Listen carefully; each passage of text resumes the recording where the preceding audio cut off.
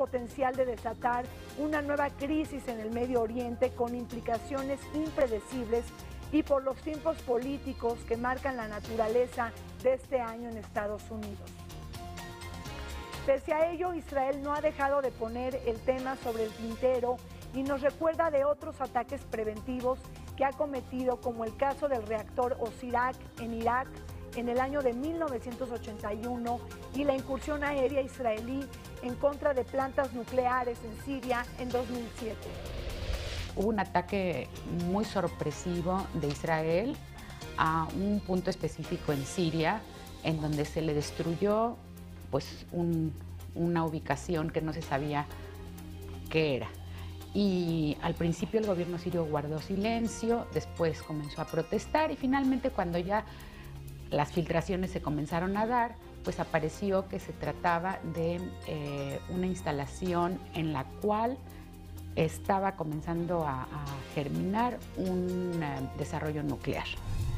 El eje Irán, Siria, Hezbollah, Hamas se convirtió en un eje muy amenazador, no únicamente para Israel, que esto fue lo más evidente, sino también, quizá tanto como para Israel, para el resto de los países árabes, sobre todo los del Golfo Pérsico, para Arabia Saudita, los Emiratos, Qatar.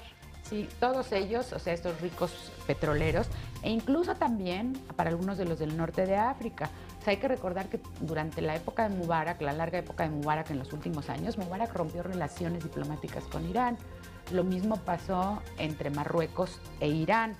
O sea que hay dentro del mundo árabe, en la mayoría de sus integrantes, un terror de los avances que Irán ha venido realizando en la región como potencia regional. Todo el mundo está jugando un juego de balances, ¿no? Irán apostando a que pues no va a haber en realidad un ataque. Estados Unidos apostando que va a poder llegar a una situación, a una acomodación con Irán que sea aceptable, mínimamente aceptable para la comunidad internacional y para Israel.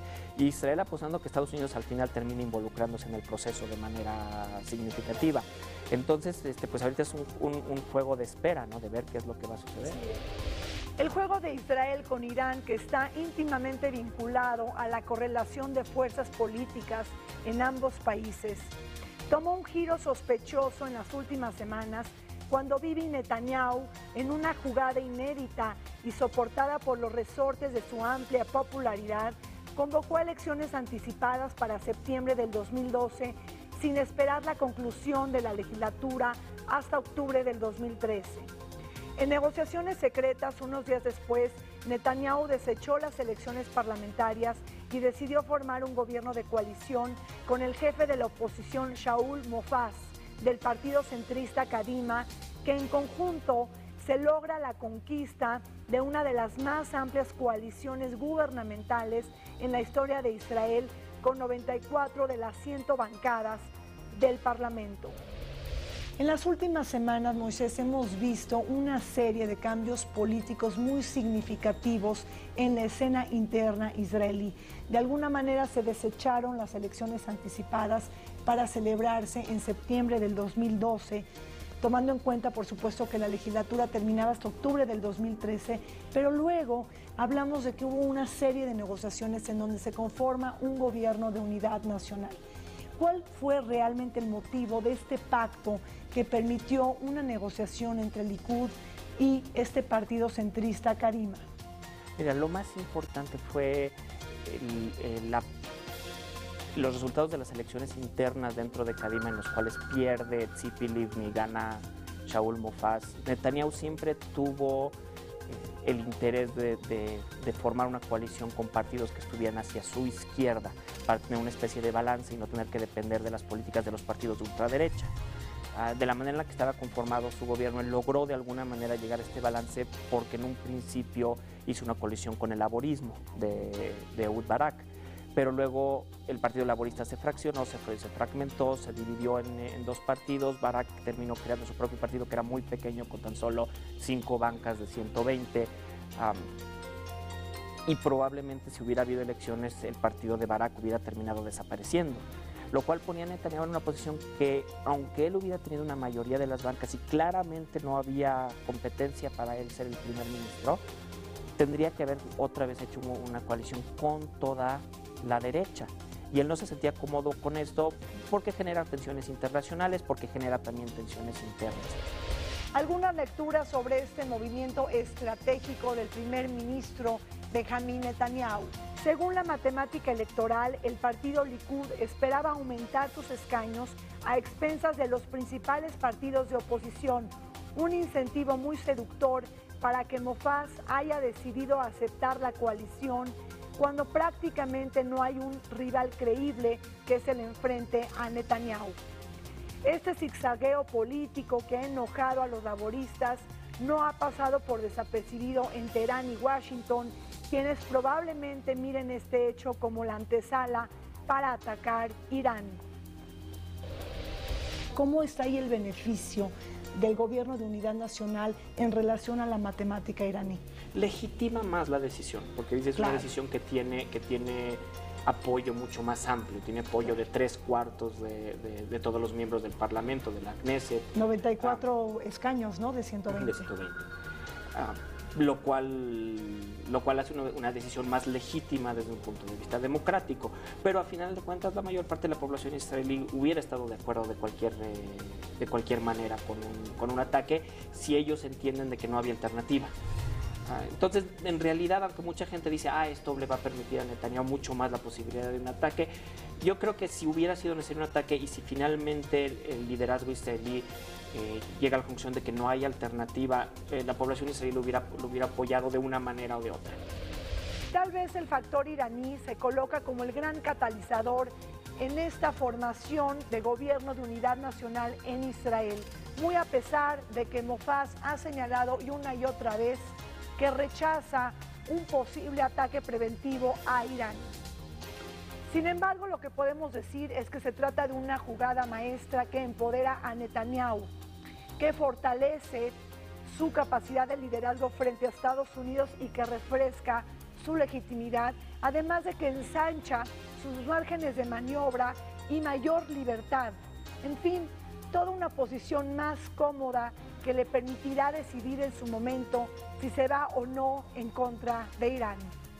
Platícame un poquito de la postura que toma Shaul Mofaz frente a un posible ataque preventivo o unilateral hacia Irán. Él ha estado en contra hasta este momento, sí, él no había presentado una posición a favor. Hay gente que teme dentro de Israel de que ahora que está dentro del gobierno pueda cambiar de posición.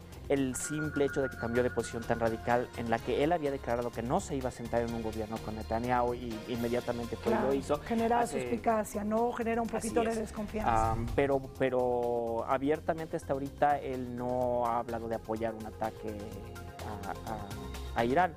Además, en Israel la gente entiende que esa es una última opción. Cuando hablas con la población israelí, ellos están seguros de que una vez que empiece un ataque, Estados Unidos no va a tener alternativa más que involucrarse. Además de que existe un tratado formal entre Israel y Estados Unidos, de que Estados Unidos tiene que apoyar a Israel en caso de una agresión. Desde el punto de vista global, si ya empieza un ataque, un contraataque iraní contra Israel, eso le abre a Estados Unidos la puerta para decir, bueno, ahora tengo una razón y no tengo que justificar haber ido a la ofensiva, cuando al mismo tiempo todavía había una opción diplomática. Entonces la sensación en Israel es de que si esto ya sucede, Estados Unidos se terminaría involucrando de una o de otra manera. Obama estaría lamentando en este momento tener que aliarse con el sector más duro del gobierno, de la clase política israelita, encabezada por Netanyahu, por el hecho de que están dispuestos a todos. Es una extrema derecha absolutamente irracional, lo han mostrado muchas veces. También hay actuación, hay el peso de las amenazas verbales y de los ejercicios militares juegan un rol. Y creo que se trata ahorita de un esfuerzo conjunto de comunidad internacional, Estados Unidos, Europa, Israel, el mundo árabe, la Liga Árabe, por tratar por diversos medios y desde diversos flancos de presionar a Irán a través de sanciones, a través de reprobaciones, a través de amenazas, a través de condenas, a través de recortes de congelamiento de sus cuentas bancarias para ensayar como que esta última alternativa que se ve de tratar de detener el desarrollo nuclear de Irán. Después de una serie de negociaciones fallidas y de un diálogo suspendido con Irán para limitar, frenar o bien neutralizar su carrera nuclear bajo sospecha militarista, es que se reanudaron los tratos después de 15 meses de interrupción con el G5+1, que es este grupo de 5 países miembros permanentes del Consejo de Seguridad de la ONU más Alemania. En una reunión relámpago el pasado 14 de abril en Turquía, en Estambul, de alguna manera se desbloquearon las negociaciones de este diálogo nuclear. Quizás un panorama o un ambiente constructivo que ahora se busca exportar hacia Bagdad en una próxima reunión. ¿Qué es lo que va a pasar en Bagdad? Pues depende mucho de las posiciones, también de la honestidad de Irán con respecto a cualquier acuerdo que se pueda generar. La idea al final es poder llegar a un acuerdo que sea mínimamente aceptable para Occidente. Es claro de que no se va a poder llegar a un punto en el que Irán diga vamos a dejar de desarrollar tecnología nuclear. Eso es más que obvio. Que esté limitado, que se permitan inspecciones, son también condiciones mínimas que Occidente está. O sea, lo que busca poniendo. Occidente entonces es, difícil la opción de frenar, pero a lo mejor sí se puede neutralizar. De alguna manera, tratar de llegar a un punto que sea mínimamente aceptable, que por lo menos haya suficiente inspección y suficiente cumplimiento por parte de Irán para saber que el desarrollo de tecnología atómica militar no es inminente. Y esperemos que puedan llegar a alguna situación así. Quizás